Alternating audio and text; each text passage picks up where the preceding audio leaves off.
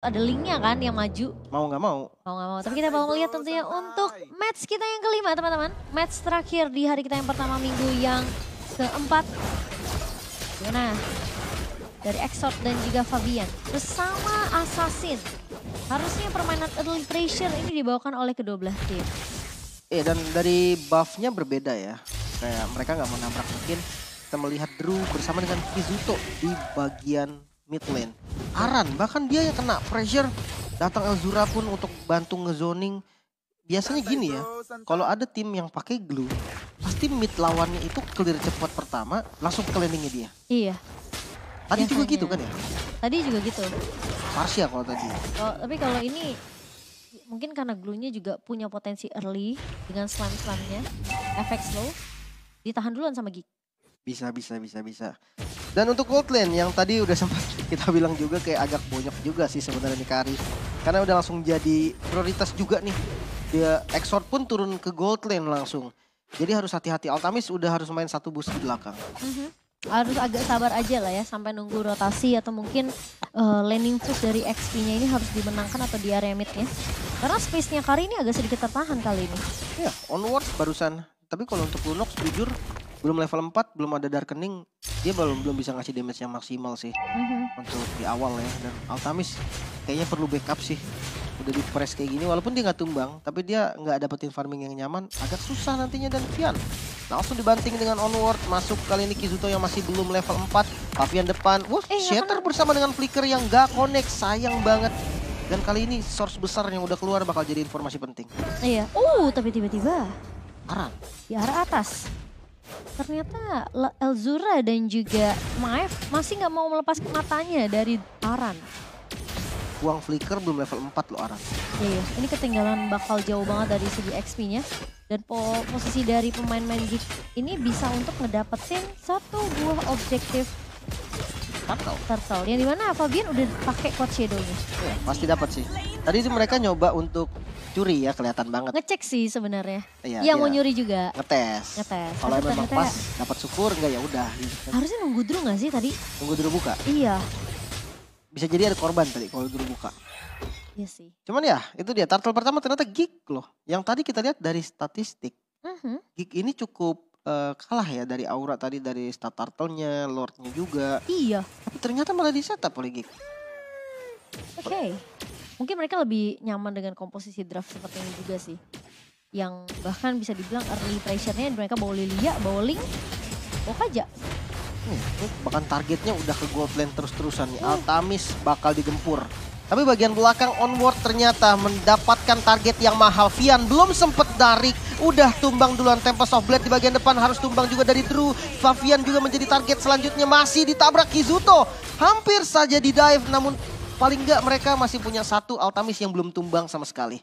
Wow, Geek Slate tiba-tiba mereka menaikkan tempo permainan dan bahkan Altamis. Bye-bye, dia nggak ada flicker. Ini sulit banget. 3 pemain ya, tadi tumbang, ditukarkan 1, yaitu Vian. Dan itu ya udah jadi tugasnya dari seorang Vian untuk mencuri 1. Dan bahkan dengan tumbangnya Vian, ini dapat keuntungan yang banyak banget dari Geek Slate Junior. Karena mereka bisa numbangin 3 pemain lainnya.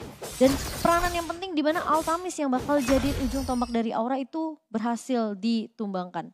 Dan di sisi lainnya pun mereka nggak untung gitu loh. Jangan lupa, Vian tadi tumbang. Iya. Tapi belum keluarin Divine Judgment loh. Aran juga tumbang tadi di atas. Iya. Sekarang bisa aja nih kalau Vian yang mau maju, mau cari kill, dia udah punya Flicker, dia punya Divine Judgment.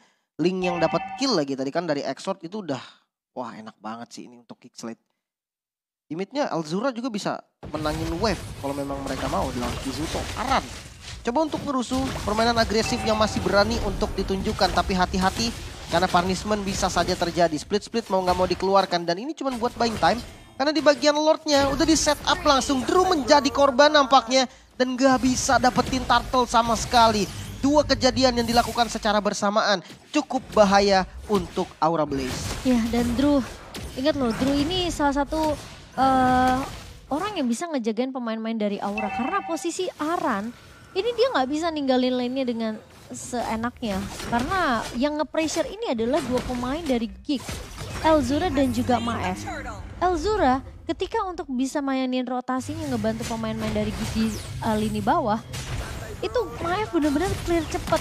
Dia bener-bener mainnya sabar banget sampai nanti Elzuranya balik lagi ke atas, dia baru mainnya agak-agak agresif. Oh, buset, Berserker Fury dong udah jadi. Gila. Dari Exort ini damage-nya cukup sih. Bisa combo sama Vian dia kalau mau. Tapi posisi level sih sebenarnya nggak terlalu berbeda jauh ya. Hanya sekarang networknya udah bergeser hampir menyentuh ke angka 4.000. Perbedaan untuk Geek Slate kali ini diungguli dari early-nya. Wow, Geek. Kayaknya mereka udah ngerjain PR mereka sih. Iya, mereka udah selesai evaluasi. Dan dengan Goldland Magical Damage ya lumayan sadis masuk kali ini Vian. Penalty Zone juga keluar. Altamis yang bakal menjadi korban pertama nampaknya. Dan yes, Altamis tumbang. Next target Drew. Namun MyFZ juga menjadi korban bersama dengan Drew yang bisa langsung ditumbangkan. Top lane-nya terbuka dan bisa diambil. Ya, dan kali ini dua pemain ditukarkan hanya untuk satu. Lagi-lagi Altamis yang menjadi korban yang cukup mahal untuk pemain-pemain dari Geek Slate. Dan bahkan mereka ngedapetin turret objektif lagi untuk Geek Slate. 2 turret sudah pecah di area atas dan juga di area bawah. Dan selanjutnya harusnya target dari turret mid ini akan menjadi inceran dari pemain-pemain Geek Slate. Waduh, ini early yang gak bagus sebenarnya sih buat Aura Blaze ya. Memang dari segi goldnya memang kalah gitu kan dari segi power hero-nya. Magical damage lawan MM ya pasti dia lebih kuat di awal. Tapi ya masih mencari nih poin apa yang ditunggu. Bahkan order briliannya juga ke trigger buat ngedefense di arah mid. Rensa nyari apa? Mau di-dive ke Rensa terlalu dalam nampaknya. Masih bisa bertahan dengan order brilian namun ditungguin Fabian bersama dengan Drew. Di counter lagi ternyata disiapkan Arsiater yang connect arah 3 target. Malam damage masih belum cukup. Altamis yang datang langsung ditarik dan hilang sudah. Dari Altamis, masuk dari Aran kali ini bersama dengan Fabian. Satu yang tumbang, Rensa menjadi korban pertama. Namun Aran masih bisa dapetin satu grab-grabnya ke arah MFC. Namun turret yang dituju bisa didapatkan oleh Geek. Ditabrak balik dengan Exort yang damage-nya sakit banget. Aran harus menjadi korban lagi. 3 total dari Aura yang hilang. Wow, dan bahkan Fabian kali ini setelah berhasil untuk ngedapetin satu pemain, tapi dia nggak ketahuan posisi di situ, belum ketahuan oleh pemain-pemain dari Geek. Tapi kalau sampai Fabian bakal ngecek boost ring of order mana? Oh enggak, dapet shadow kill-nya keluar juga, dapetin kill dan dapetin turtle, double kill bahkan di secure. Keuntungan kali ini untuk Aura masih bisa digocek juga penalty zone-nya. Dari 6.000 tadi goldnya sekarang sisa 2.000 perbedaannya. Wow. Fabian ternyata yang bersabar nungguin momentum yang mahal, bahkan ngedapetin turtle, ngedapetin juga ke arah seorang Exort dan juga Fabian. Wow, dia itu mahal banget sih. Emang biasanya jarang expect sih ada di situ ya. Tapi ya sebenarnya emang harus dicek sih. Emang harus dicek, ya jujurnya harus dicek gitu. Cuman ya ini menjadi satu angin segar untuk Aura. Apalagi Kizuto, ternyata dari awal dia nggak tumbang sama sekali loh. Dia udah jadi Lightning Trencheon. Wow. Siapapun bisa di burst sama Kizuto kalau dia mau. Hey, dan bahkan kali ini Aura mereka udah mulai memberikan pressure balik ke arah pemain-pemain dari Geek Slate Junior di menit yang ke-8. Dan dengan satu kejadian yang mahal kayak gitu, Geek sekarang mereka harus mulai rajin untuk ngecek area boost. Ya, mereka harus lebih aware lagi ya. Sama rumput-rumput nggak boleh. Ya walaupun lagi kondisi menang tetap harus dicek nih. Sementara untuk Aura pergerakannya udah mulai 3 orang yang diturunkan ke arah satu lane. 3-2 mungkin yang paling efektif. Oke, sementara clear cepat dari Geek Slate. Mereka nggak mau sampai temponya dicuri sama pemain-pemain dari Aura. Ya. Dan Geek Slate mereka harus benar-benar sabar banget dapetin informasi yang akurat. Apalagi posisi dari Fabian yang jarang banget kelihatan dari map sebenarnya. Kecuali kalau ketemu langsung di area turretnya ya. Ini akan sedikit berbeda cerita.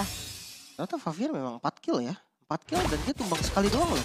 Mungkin memang patternnya aja yang terganggu di awal. Tapi ternyata kok dari segi KDA-nya masih oke. Yap. Dari KDA-nya masih gak terlalu jauh sebenarnya. Dan bahkan aku bilang dari segi level juga masih gak terlalu terlampau jauh dari Extor sendiri. Beda 1 doang di kondisi kalah oke sih. Dan mungkin turtle Lord kali ini bahkan. Yang penting sih network sih.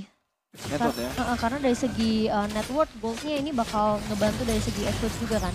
Iya, Faviannya muncul di bawah tadi dan Lordnya langsung diinisiasi sama Geekpam tanpa basa-basi. Exort dapetin Lordnya. Namun Aran dengan slap yang bagus banget kali ini di counter lagi. Mavzi menjadi korban pertama. Next target Rensa, Flicker yang salah. Dua yang harus tumbang. Dapetin satu Lord tapi kehilangan dua member. Rugi sih harusnya. Ini cukup rugi karena posisi ini masih Lord yang pertama yang masih bisa ditahan. Dan perbedaan dari turretnya ini harus bisa dikejar oleh pemain-pemain dari Aura Blaze. Geekslate, mereka harusnya peka dengan keberadaan pemain-pemain dari Aura yang dimana tadi Favian gak terlalu kelihatan. Tapi bakal konsil dibuka. Oke, Exort pun mau gak mau langsung mundur juga. Dan Favian, Flicker nampaknya langsung tarik Divine Judgment ke arah Altamis. Masih bisa di backup karena Alzura di bagian depan. Hampir saja tumbang dari Altamisnya. Namun Favian yang mengamuk kali ini dapetin space yang bagus banget. Satu yang harus tumbang. Tapi bakal dikejar sepertinya Exort. Dia punya buff. Enggak, dia gak mau greedy. Wah, tipis banget. Tipis banget dan Favian lagi-lagi metode pick off ke arah satu pemain yang bisa diincar itu dari Alzura di area backline. Dengan ngebawa high and dry tentunya, damage akan masuk ke arah Alzura dengan begitu sakitnya. Dan kali ini di menit yang ke-11, ini jadi tiba-tiba pertarungannya nggak one-sided nih. Gara-gara momen tadi sih. Iya, gara-gara momen turtle ya. Turtle kecolong itu udah jadi rugi banget dah itu untuk Geek yang dari tadi megang keunggulan. Turtle yang mengubah segalanya ya, Bun. Bahkan dari Lordnya tadi kan emang yang dapat Geek gitu loh. Tapi dipaksa team fight, sekarang tuh udah patternnya kayak gitu, nggak dapat Lord harus pas team fight. Jangan sampai rugi doang ya, harus tetap dapetin trade-nya lah setidaknya. Kalau bisa dapetin trade ke gold lane malah lebih bagus. Iya sih, kayak apalagi di awal gitu kan dia trade kalau nggak bisa turtle dapetin turret. Dan bahaya juga sebenarnya dia nyari Lunox di mana? Lunox juga biasanya diem di bus gitu kan. Gitu ya. Pilihan yang harus ditarik sebenarnya Favian sih yang bakal maju ke dia gitu loh. Tapi tipis banget nih Favian nih kayak mostly jarang kelihatan banget sih. Ini Nadis di pok aja nih sama Aran. Habis ini. Tapi ya balik sih sama juga. Dipok balik. Sakit juga nih Rensa nih. Dan bawa temen dong kalau kata Aran. Iya, satu-satu maju nih. Kalau bawa temen kabur. Favian dong. Tapi sekarang potensi dari Lord yang cukup penting. Untuk Aura, konsil play-nya dibuka. Gagal sih konsil ini. Itu konsil ya semenjak di nerf. Aduh, kata sih kalau menurut aku gak terlalu yang gimana-gimana banget. Sebenarnya konsil tapi kalau buat maju doang nambahin lari menurut aku sayang. Iya. Beda cerita kalau konsil dipakai buat muter dan akhirnya flanking. Tapi kali ini Lord kedua loh, ini Lord kedua yang bisa diamankan secara cepat. Exort dengan retribusinya bahkan Drew tetap menjadi korban, dapetin Lord dan dapetin satu kill.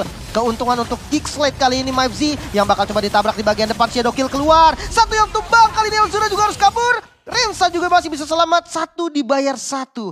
Tapi bedanya mereka dapat Lord. Iya, tapi untungnya karena udah pernah kejadian sekali ya dari Geekslate. Nyaris tuh. Tuh kalau Alzura gak punya Black Shoes. Hilang sih kayaknya. Tuh kan Renza kopinya ke Leon of Order. Itu mau gak mau. Dan Divine Judgment kali ini menarik. Ke arah Aran masih bisa split-split. Masih bisa kabur tapi tetap tumbang. Damage yang cukup kali ini Altamis yang mau tidak mau menggunakan flickernya untuk defensif. Semakin tertinggal dari Aura. Kehilangan sosok Aran dari Lord yang udah berjalan di bottom lane. Oke. Dan posisi dari Pian nih menurut aku yang harus diwaspadai juga sama Aura sih. Karena Divine Judgment ini bisa ngubah keadaan. Meskipun gak teamfight besar. Tapi setidaknya selalu ada follow up yang dibuka ketika ada satu buah Divine Judgment yang connect. Benar-benar. Bahkan udah winter juga. Drew terlalu depan sepertinya. Terlalu banyak menerima damage dan dia harus mundur.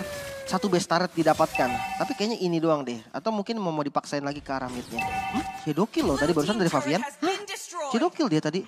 Tapi nggak tumbang. Ke minion mungkin ya. Buat iya kebagi. Oke. Buat cepetin clear juga mungkin salah satunya. Tapi ya sepertinya memang udah harus puas dari Geekslate. Dengan dapetin satu base turret aja nih. Karena kalau beresiko juga ya kalau mereka masuk tanpa adanya inisiasi terlebih dahulu dari Divine Judgment-nya Vian. Ini bisa dibalikin keadaannya oleh Drew. Drew sendirian loh. Awas berhati-hati. Tuh ditarik kan. Bahaya banget kali ini Drew. Dengan primal rod-nya ke bagian belakang. Masih punya immortal memang. Namun di bagian depan Aran mengincar ke arah Mavzi. Exort mengamuk. Harus tumbang juga dari Kizuto.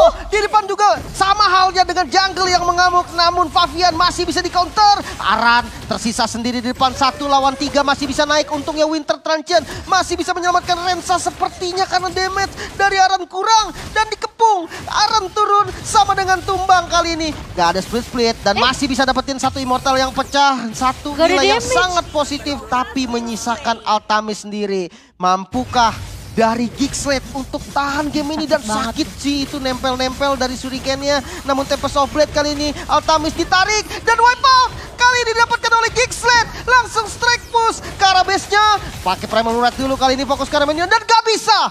Geekslate takes the game 1. Itu padahal udah sempat di buying time cukup banyak oleh seorang Aran. Tapi tipis banget karena posisinya si, siapa nih, posisinya dari si Renza itu masih bisa di pick off.